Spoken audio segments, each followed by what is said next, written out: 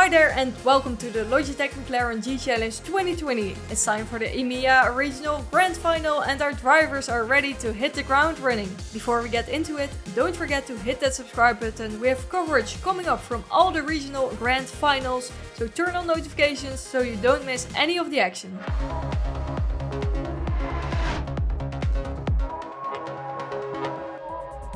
Race 1 is at the British GP Silverstone. Let's race! And we are green light racing. McDade then off and away here. But I tell you what, there's a fantastic start then from Abraham. Abraham looking for a potential move. No, he's not going to be able to. And McDade covering off then the lead here for Adamczyk. It feels like McDade is just getting into his comfort zone, just the slightest bit better than Adamczyk here. And this might be giving Abraham an opportunity to have a little bit of a sniff. And I tell you what, I think his youth here might be a defining factor. He's not going to have any fear in this situation. He is going to look to make this opportunity for himself here. Even if Adamczyk isn't changing his racing line wildly to defensively drive, you can still see they're losing time to McDade right now, Luke, aren't they? And as a result, oh, hang on a second, this is the move, it could be it.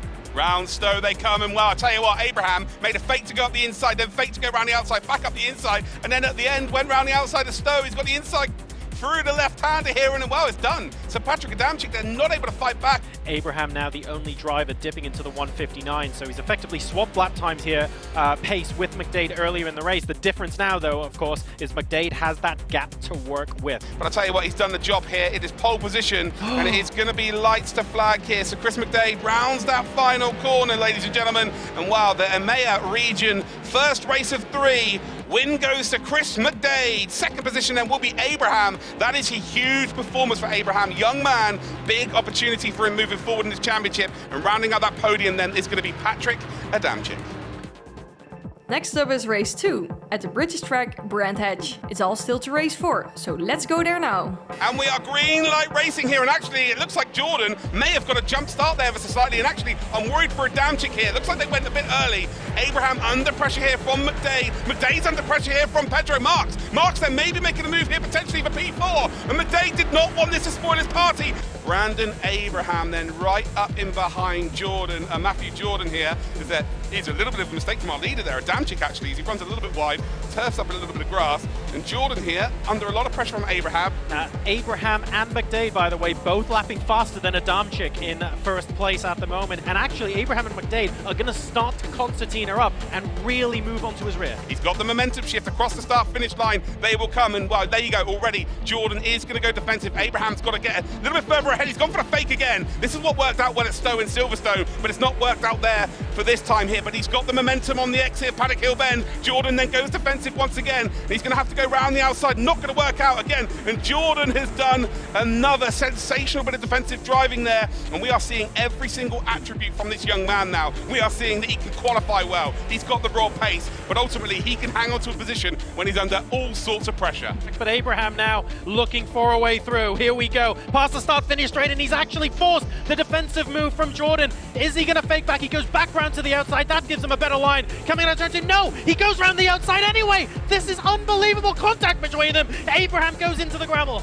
Jordan, who was under some severe pressure, still doing a very good job here. And actually, as they come up towards the double right-hander here, is he letting him go? I think he's letting him go here. So I think that's a bit of sportsmanship. I think he realises that he indeed has impeded Abraham. And well, fair play to him. Wow. He has let him go. Adamczyk's going to take the victory here. He's going to take the big 10 points, but who's going to get on that podium? And it actually looks like Abraham, after all that pressure, is going to get the job done. And Jordan's going to finish in 3rd, and McDade is going to finish in 4th. I tell you what, I'm no mathematician, but this is on an absolute knife edge.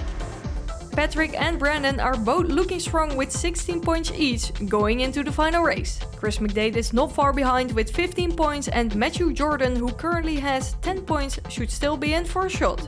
With 10 points still up for the grabs in race 3, there are 4 drivers who could win the championship. It all comes down to Monaco. Race 3 at Azure Circuit in Monaco. Who will take the podium in the final EMEA race?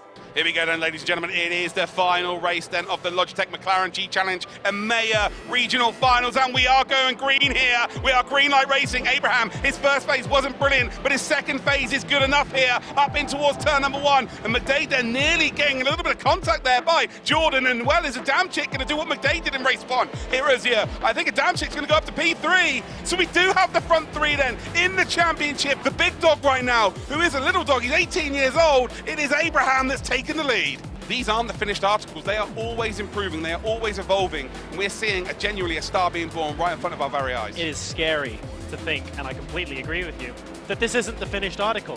This sub 1 minute 30 18-year-old who is making the rest of the field looking like almost like they're in a different class.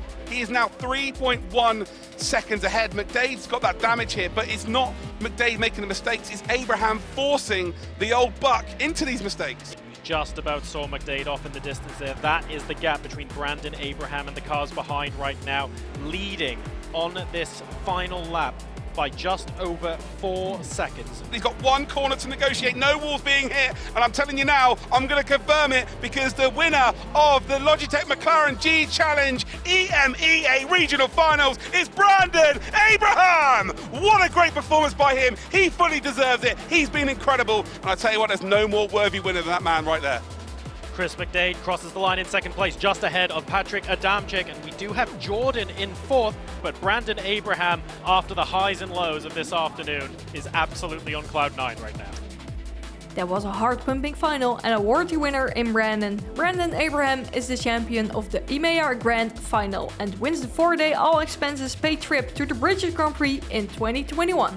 He'll be given a tour of the McLaren Technology Center, will get to drive a McLaren supercar, and will get some coaching from F1 driver Lando Norris. Talking of Lando, we have one final surprise for Brandon. The F1 driver and Logitech G ambassador decided to drop our EMEA champion a call to congratulate him on his G Challenge win. Hello. Hey Lando, what's up? You alright? Hi Brandon, how are you? Yeah, good, yeah. Very good. Congrats. Cheers, thank you. How was it? Tell me about it. Yeah, it was really good. The competition was it was really tough, and obviously we had the time trials during the start of the year, and then obviously the quarterfinals, and then the grand finals. So yeah, no, it was a great competition. I really enjoyed it. Yeah. What's next for you? What do you want to kind of go on to after? Competing in things like Assetto Corsa, iRacing, for example, like the Porsche Super Cup, and maybe even try and dabble into the F1 esports scene. You know, that's another thing I've been looking at. What's like the main program you've been doing?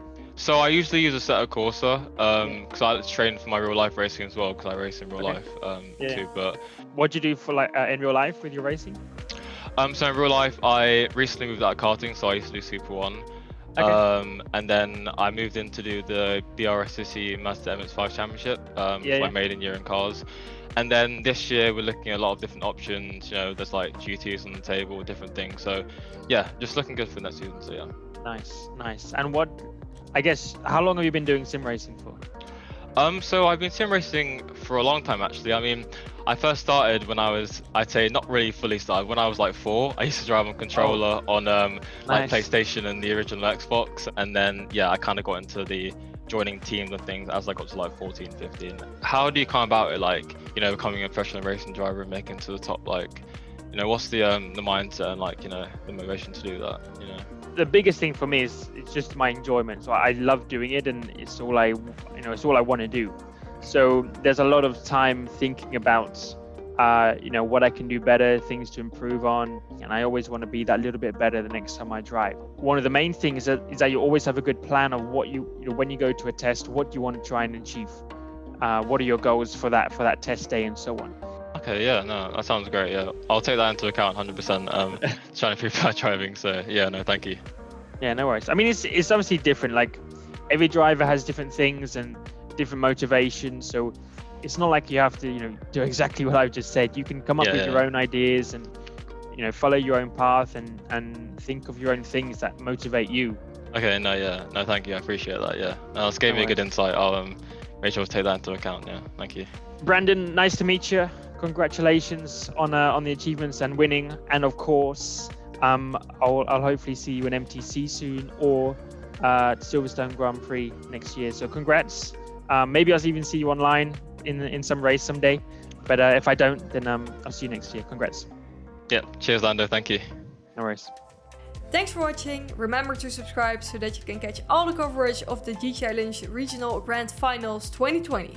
If you could give this year's drivers a run for their money, then get ready to drive in 2021. Follow Logitech G Esport on Twitter and Instagram for all G Challenge 2021 news. There are some exciting updates in the new year, so keep your eyes peeled.